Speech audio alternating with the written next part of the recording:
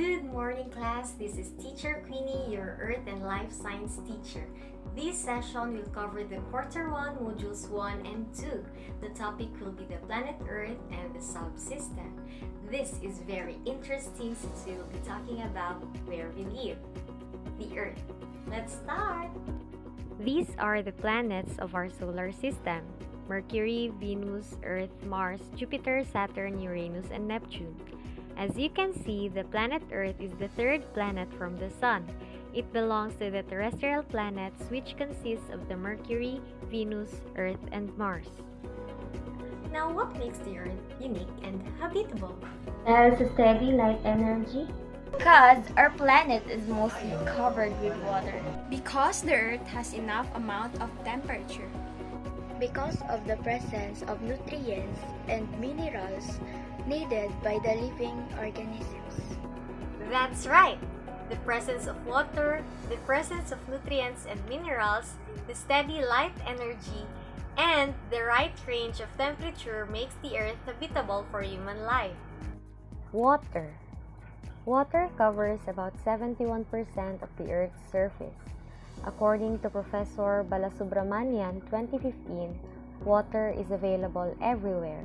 Water exists in all parts of the Earth. It can be the oceans and seas, in glaciers, rivers, lakes, groundwater, and even water vapor.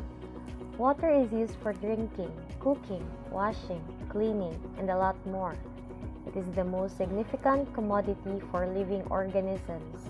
Without water, life is impossible. The Earth is the only planet that contains plenty of water on its surface.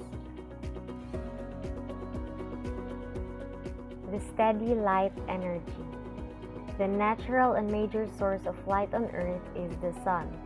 The Sun is a star that acts as the heart of the solar system. With the presence of steady light energy, it allows the chemical reactions to undergo that is necessary for living organisms, and most of them rely on the heat and light from the Sun. Right range of temperature. The distance of the Earth from the Sun is just right to maintain enough temperature. It is 150 million kilometers distance from the Sun. Unlike Mercury and other planets, they can feel extreme temperatures. This is the reason why Earth is habitable, because it has the right average of temperature needed for living organisms to survive. The temperature range of the Earth is from negative 15 degrees Celsius to 115 degrees Celsius. Within this range, water can still exist under certain conditions. Nutrients and minerals. Because of the geological activities like volcanic eruptions and water cycle, nutrients and minerals are being transported and replenish the chemicals needed by the living organisms. This makes life possible on Earth. Always remember why the Earth is habitable. It is the right distance from the Sun. It is an atmosphere that protects us from radiation. It allows chemical reactions to undergo, and it is the right amount of nutrients needed for life. Let's proceed. What are the subsystems of the Earth? The atmosphere, lithosphere, hydrosphere, and biosphere. Correct! The four subsystems of the Earth are the biosphere, the atmosphere, the hydrosphere, and the geosphere. Let's discuss it one by one. You are breathing in air from our atmosphere. The atmosphere, from the Greek word atmos, meaning vapor, is a thin layer of gases surrounding the planet. The atmosphere serves many functions. It offers protection from UV radiation, helps hold in heat to warm the planet's surface, and contains the oxygen and carbon dioxide required for animal and plant life. Hydrosphere, from the Greek word hydro, meaning water, includes all of the water covering Earth, both in liquid and solid form. 71% of Earth is covered in water.